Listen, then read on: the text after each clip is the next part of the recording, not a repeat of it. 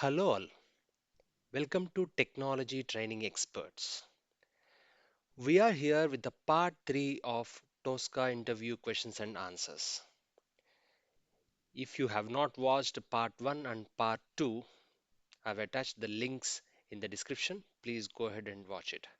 We have discussed some interesting questions and topics in our previous videos. Now, with the request of so many people, here we are. In this part, we will be concentrating on the questions that are being asked related to framework. So, all these questions will be asked to just to check your knowledge on whether you have worked on the Tosca tool in the projects or not. Having technical knowledge is okay. Few questions will reveal if you know the concept or not, but these questions here will actually tell the interviewer whether you really worked on this Tosca tool or not in the project. So, hope you like it. Let's jump into the video. Here's the question one. For each of the Tosca test case, what are the validation steps we include in the framework? And the answer would be we try validating the below items in each of the test case we create, every test case. Okay. We do UI validation for important functionality. Example, if you are checking some register functionality, so once the registration is successful on the UI, you will get you will get some success message. You will validate them. That's understandable. Mainly, most of the people will stop here, but that is not enough. In a project, in a full-fledged framework project, this is only the first part. What are the other options that you actually validate? We validate database validation to verify the correctness of data. So you have done the registration. So and the registration is success from the front end. Now you query the database from the back end using in the same automation test case. Okay. You query the database, you get the result of the newly created registered user using username or email address and see if you are getting the result. So that is the actual validation that we can perform to see the registration is successful. Okay. Now cross check with in-stream and out-stream applications. Sometimes what happens is you register to a particular application, the downstream applications also should reflect the same user. So go and open the next application, the downstream application, and see if this registered user is present over there or not. So that is also one of the validation. Now, API responses.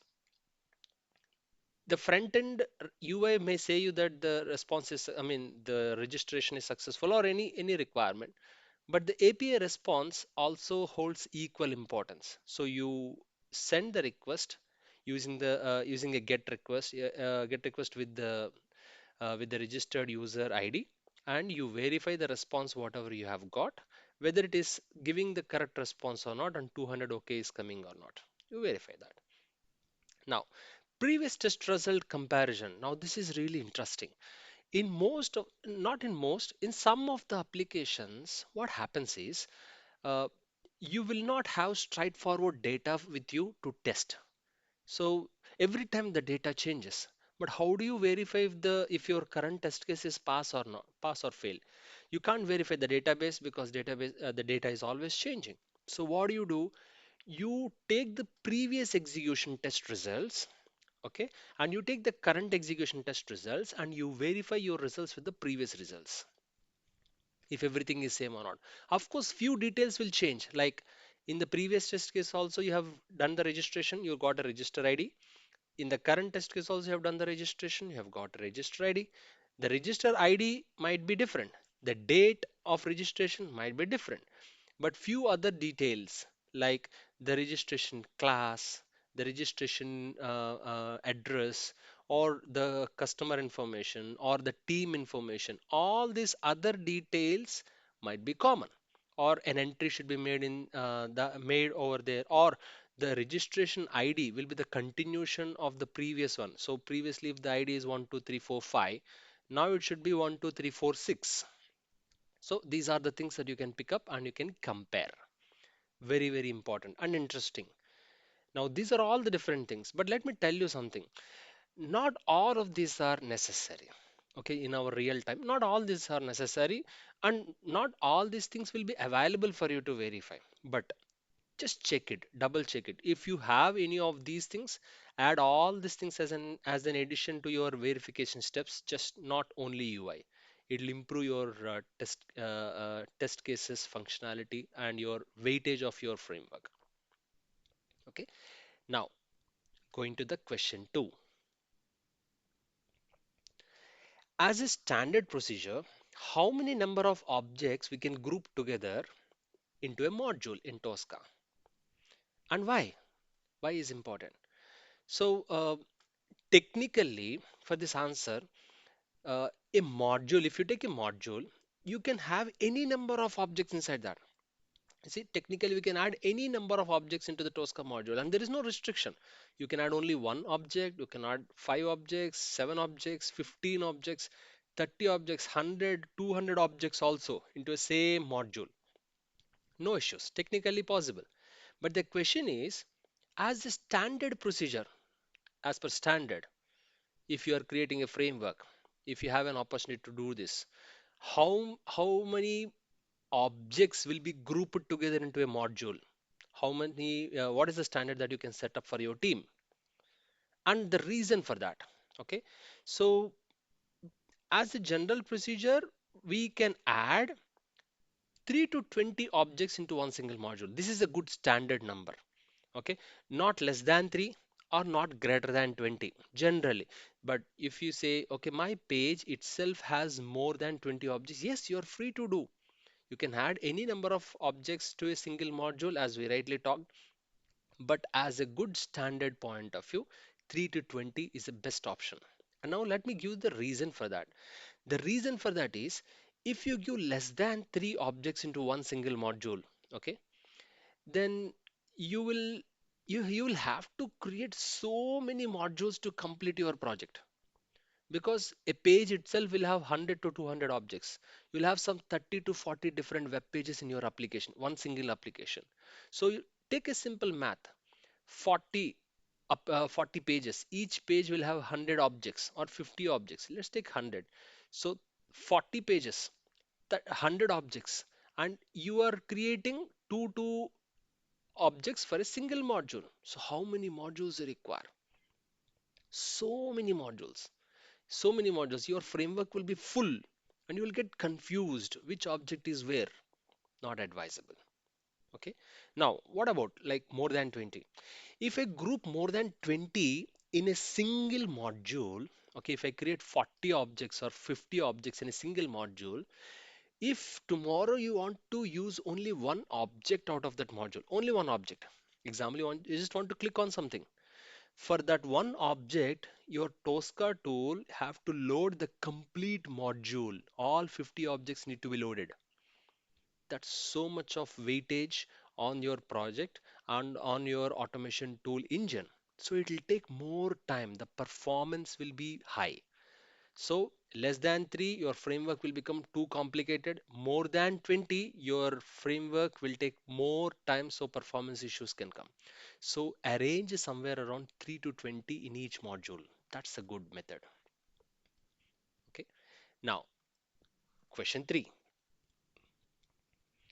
When a Tosca automation test cases fail, then list down what are the sequence of steps that we follow. When a test case is failed, what do you do? Now, i- what I do is when a test case is failed, firstly, I'll rerun the test case to see if it is a one-time failure or really a failure. Sometimes there will be one-time issues that will be happening. So when a test case is failed, I always run one more time. Automation test case is failed. I'll run one more time just to see if it is really a failure or one-time failure. If it is a one-time failure, then when I run for the second time, it would be working fine. No issues in that. If it is not one-time issue, then second time also it will fail. Then I have to sit there and I have to analyze few things. So what else I do? If the error is object not found, Okay, if the error why the test case is failing is object not found issue. If the object whatever you have identified is not identifiable, then we run through the developers to see if any properties of the object are changed. See, you would have selected a property for this particular object as ABCD example, like class name is equal to login or inner text is equal to login.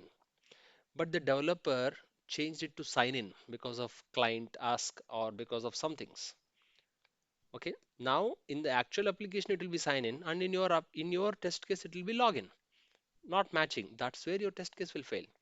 Now, if the developer confirms to you, yes, I have indeed changed it based upon the client's requirement, then what do? We go back and we update our module from login to sign in. Now I run it, it'll work fine. Yes, this is one thing I'll try. Now, we'll validate the test case manually to see if there is any process change. So maybe object is fine, but maybe some process is changing.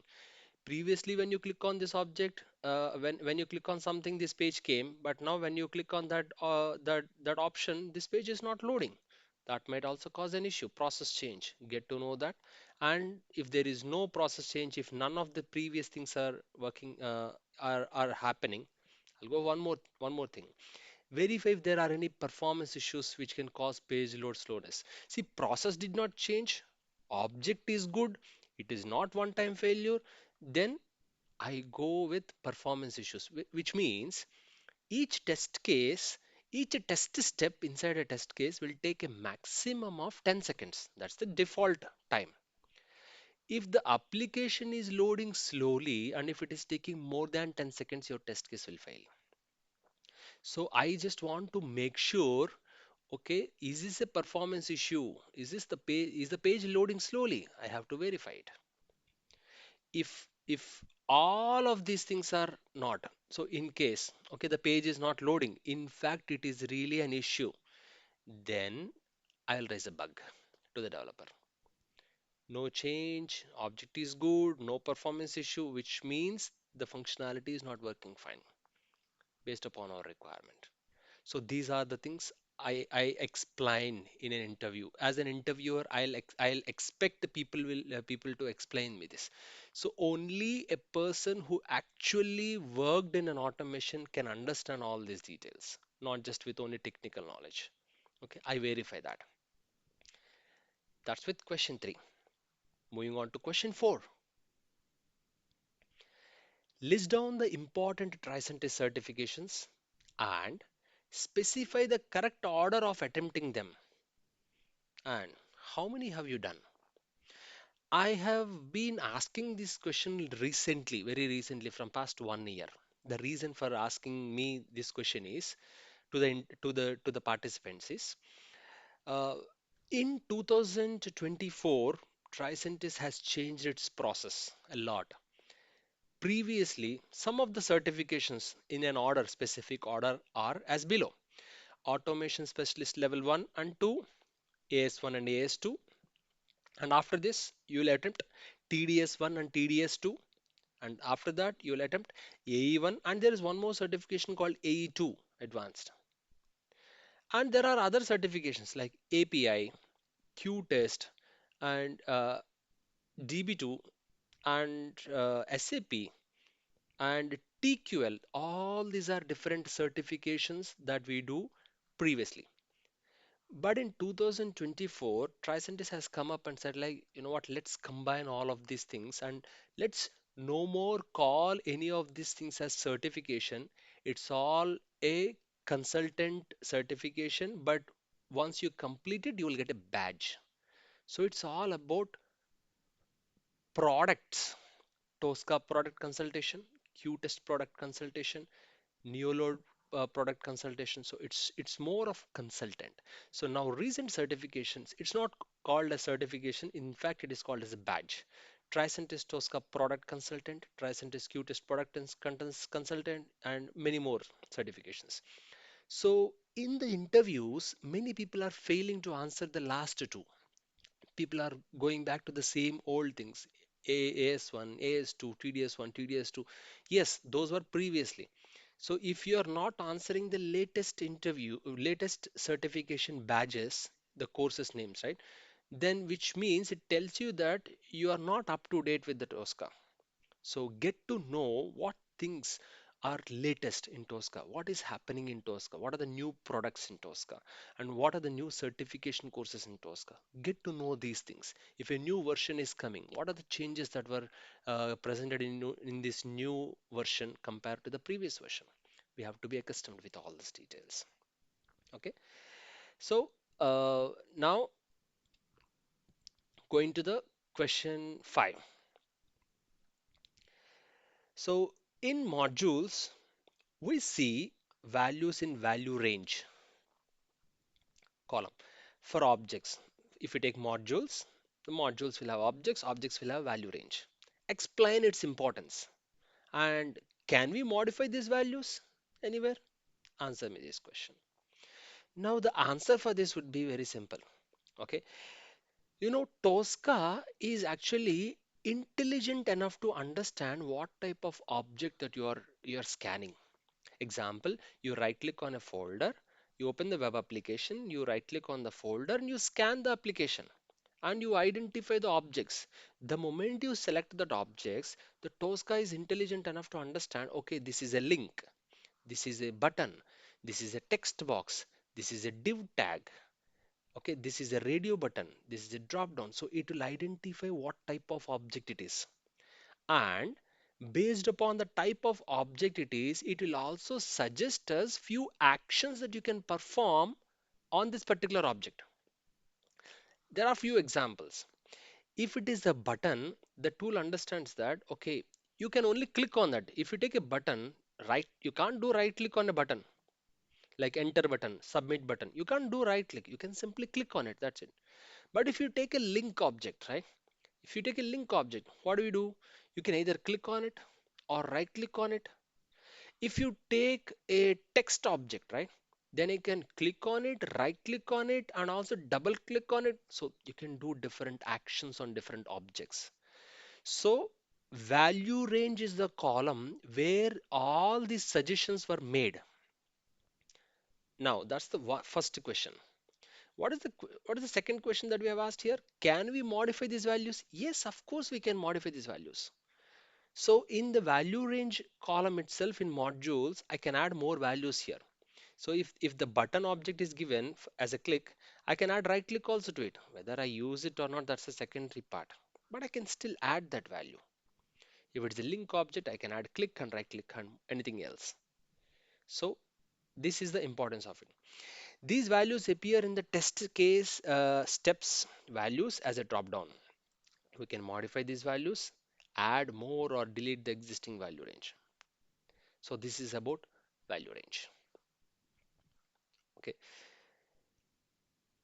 Question number 6. How to calculate the age when we have date of birth date? Example, if someone gives you their date of birth in the date format, how do you convert that into age? Very interesting question. It looks very simple. In fact, it is a bit complicated. So we use math or calculation functions for achieving this. There are different ways to achieve this. Okay, but predominantly people will use math or calculations. Okay, so I'll give you some example here. Now using this math and calculation functions, example math function, right? So let us consider this screenshot here. You see this screenshot, you have a date 1 as 10/4/2025, date 2 as 10/4/2020. So generally, what is the difference of this? The difference of these two dates, if I say date 1 minus date 2, I should be getting the answer as 5. So how do I achieve this? Now this is what I achieve this using the math function. I'll open the date function, date of buffer of date 1. So what is date 1 here? 2025 date in the years, and minus you give the date 2 in the year format. So date 1 year and date 2 year, it is minusing it. So 2025 minus 2020, the answer will be 5. We get the answer as 5. Now you observe this. The first answer, the first date one is 10/4/2025, and the date two is 10/4/2020, and the difference is 5. Now I understand what you are thinking. Now it is very easy when we have when you have exact date but a different year. It's exactly 5. Yes. What if the date 2 is some other different date, not a 10/4, some 27/3 or something else? Okay. Then I will go for individual separate. I will separate. I have to write a bigger code for that. So I'll separate year, month, and date for both date one and date two. I'll take year one minus year two. I'll take date month. I'll do minus over there, and I'll take dates, and I'll minus one date from another date. I'll convert the months to the dates, and then I'll come up with the actual number of days, total days divided by 365. I'll have to do a bigger calculation for that, but it is achievable. Okay, individually you can divide it. There are few more functions available uh, using math function. As I told some time back, I can achieve this age using different formats, but this is one simple example for you to understand. Okay, question number 7. Create a function to generate a random text which is having one capital letter, two numbers, and three small letters. Now, let me tell you, like, this is a really important question for an API point of view also. In web applications also it will be used, but in API it will be predominantly used. In APIs, there is something called authorization. For authorization, many places I've seen that where you have to, if you want to work with an API, you first have to authorize it. So authorizing, you pass a code to the API, and in the receiving format, all in the when you are receiving the response also, you should get that code and evaluate that code. So you have to create the code. The code should not be very directly 1 2 3 4 every time. So every time you use a different code. Okay, so that is where this random number generation will be very, very helpful. Now, these are all the things that our interviews are asking. So create a function to generate a random text which is having one capital letter, two numbers, and three small letters. So answer would be, generally for creating random numbers, we can use a random function RND and random text. So those are, RND implies that it is only number. Random number implies, random text implies that it is only text values. Okay, no numbers attached to it, only capital letters and small letters, and it's general. But specifically, if I was being asked to follow this format, that is when I go for random regular expression. So we can use random regular expression function to achieve this. What is the actual syntax of this is, you see, flower bracket random regular expression, and in square bracket, you can specify this way. So A to Z, capital A to Z, and in square brackets, I'm giving 1. What is the meaning of this is, there's one letter of from A to Z, capital A to Z, and following that two numbers, right? So 0 to 9 is the numbers, but I want two digits, so flower bracket 2. And then I want three small letters. So A to Z, flower bracket 3. So it will give me one capital letter, two numbers, and three small letters. Okay.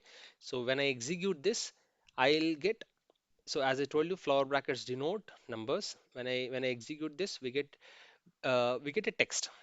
You see, this is the response for it. One capital letter, two numbers, and three small letters. And every time you execute this, you will get a different value. So what I do generally, we use this regular expression and we attach it to a random some buffer, and we can use this buffer anywhere we want inside the test case. So next time when it came for the second execution, again this will be executed and a new text will be saved inside this. So this will be repeated. So this is interesting, and few more attachments to this would be like, before this A to Z, before starting, right? You can use upper arrow mark, which implies it's a start, and you can use dollar at the end, which implies that that's the end. That is also part of your syntax here. Okay. So this is all about question 7 regarding random regular expression. Now moving to question number 8. So question 8, if we have an Excel sheet and you are talking to the Excel sheet with the heading in the third row, leaving the first two rows. Consider you have an Excel sheet. In that first two rows are empty rows and the third row is the actual heading. Now how do you handle this sheet? Okay. So generally an Excel sheet will be having the first row as the header row. That is where you will have employee ID, employee name. Consider employee sheet. Employee ID, employee name, employee address, employee PAN. All these headings will be in the first row. But consider if you have this in the third row, how do you handle it? And now the answer is navigate to the standard module Tbox Excel range manipulation. Now we use four different modules. First, we open the Excel sheet and then we define the Excel range. Second step. Third step is third step is this Tbox Excel range manipulation. And finally, you close the worksheet. You have four steps. Now go to this third step, Tbox Excel range manipulation. This is the place where you do all the logic. Go to this Excel range manipulation in the standard module. You will have this under the Excel modules. Okay, Excel X engines, Tbox X engines, and inside that Excel. And select the data table. Inside this module, you will have a data table column. Now, when you click on this data table, you will have options coming in the right side, like open the properties tab. So, right side, you will have properties. You open the properties, and if you start searching this properties, you will see a property called header row. Now, it's a steering parameter. There is a property called header row for this data table. Now if you observe closely, the value for this header row by default value will be given as 1, which implies the tool took the default header, the header row for this data table under this Excel range manipulation as 1, which implies first row. Now what is your requirement? Your requirement that is that you have to go to the third row. So what we have to do, very simply change that value from 1 to 3. This property is 1, change it to 3 and save it. Use this module to talk to the Excel sheet and it understands that the third row is the header. Very simple. But the problem occurs here. Okay, if you give only this answer won't be sufficient. You have to prove that you know more. So talk more. You're saying third row is the Excel sheet. Now you're changing it to third row. Example, interviewer will ask you extended question like this. Okay, you are changing it to 3, it works fine. Consider you have two Excel sheets. One Excel sheet you will have for the header row as the first row. In the second Excel sheet, you have the header row as third row. Then how do you handle it? So you may answer it like, I'll copy paste the standard module two times. One in the standard module, I'll keep it as the same one, whatever is there here as one, right? I'll keep it as the same. The standard modules will have the property header row property as one. I'll copy the same Excel row manipulation. I'll put it inside my project folder, and for that I'll keep it as 3. So for one, I'll use drag the standard module and drop it over there. For the second Excel sheet, I'll drag the same module from my project folder and I'll drop it over there. So this is how I handle it in my projects. So all the Excel sheets which has one, I'll use it from the standard modules. Only one Excel sheet which has the row or the header row as the third row, I'll use it from my projects. Two Excel sheets. Yeah, as I said here, be mindful about using same module for other Excel sheets because if you change it to 3 in the standard modules, other test cases will fail. Okay, so that's with question 8. Moving to the penultimate question, question 9. So, how to open or handle two databases in a single test case? How to open or handle two databases in a single test case? So if I ask you how do we handle database in a test case, it is very much straightforward. Like you have some sequence of steps. Now the question is two databases, two different databases inside a single test case, like querying tables from first database and updating data in the second database. So how do we do this?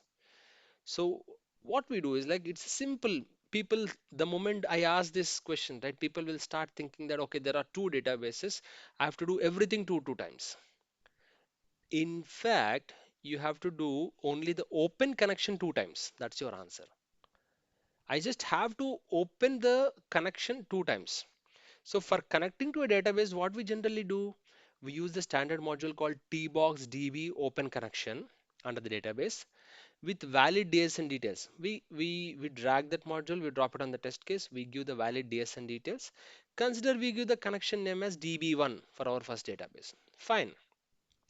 All I have to do is like for handling two different databases, I copy the same, I drag and drop the same DB open connection and drop it on the same test case, and I give DSN details of the second database, and I give the connection name as DB2. Very simple. DB1, DB2, two connections were made. Now only when the connections are made, DB1 test tables and DB2 tables, all the tables will be connected to your test case. So your Tosca can talk to all the tables. Example, there is an employee table in DB1, there is an HR table in DB2. So both these tables, when you say employee, your Tosca test case can understand. When you say select star from HR, your table, your Tosca can understand. So all you can simply do is use the queries directly. Connection will be established for both databases, and the tool can now talk to all tables for the both databases. You don't have to worry about which database you want to talk to. Not necessary. You open the connection, that is more than enough. So in one step you talk to DB1, in another step you talk to DB2. Again in the third step you talk to DB1, fourth step you talk to DB2. You don't have to call out specifically anymore. Once the connection is made, that's it. The path is established. So in a single test case, I can connect to 10 different databases and I can talk to all 10 in a single select query statement. No problems in that. So that's with the question number 9. And the last question.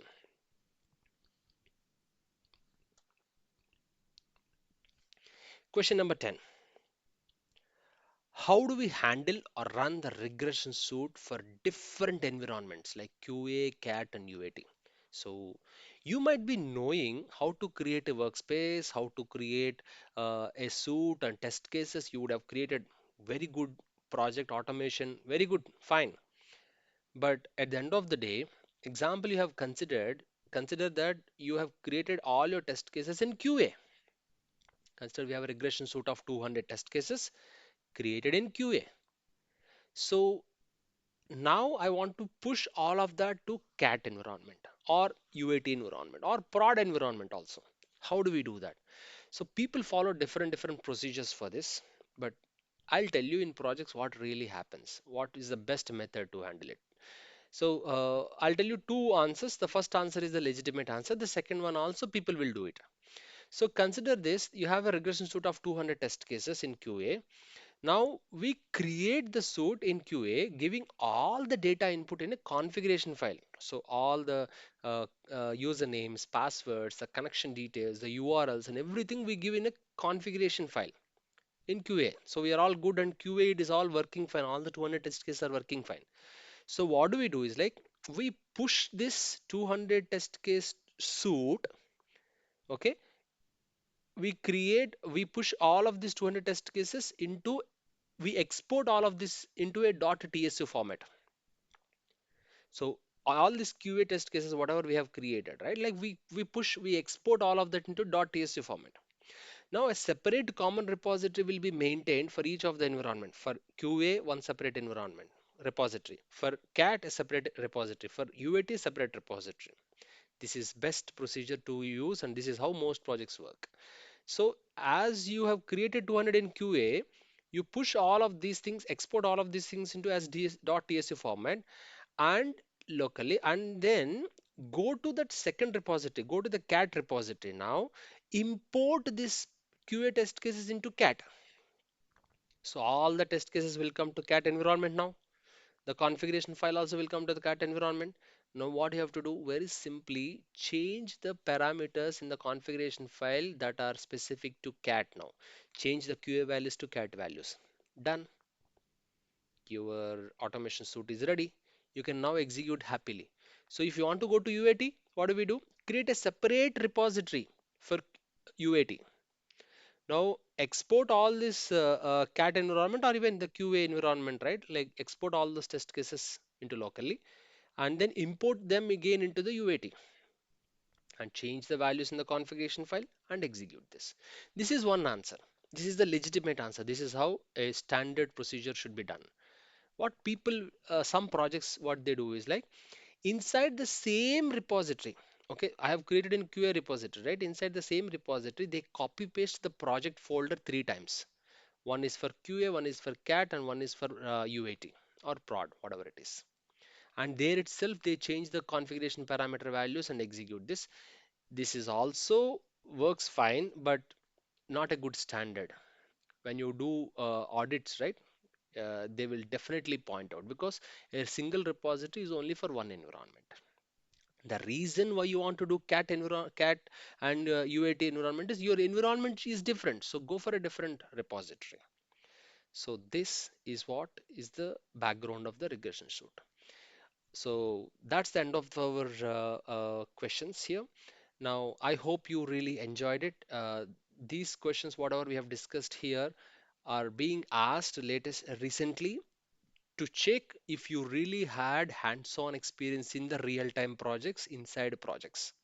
So it can easily tell whether you know or don't know just the concept, but also you know how to handle the project inside it. For experienced resources, these questions are really, really helpful. Hope this helps and watch this space for more. We will be coming back with part 4.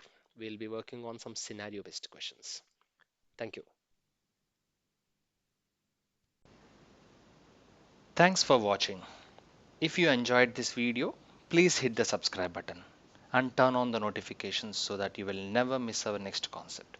Also, if you have any questions, please comment in the video or mail us at technologytrainingexperts@gmail.com. See you in the next video.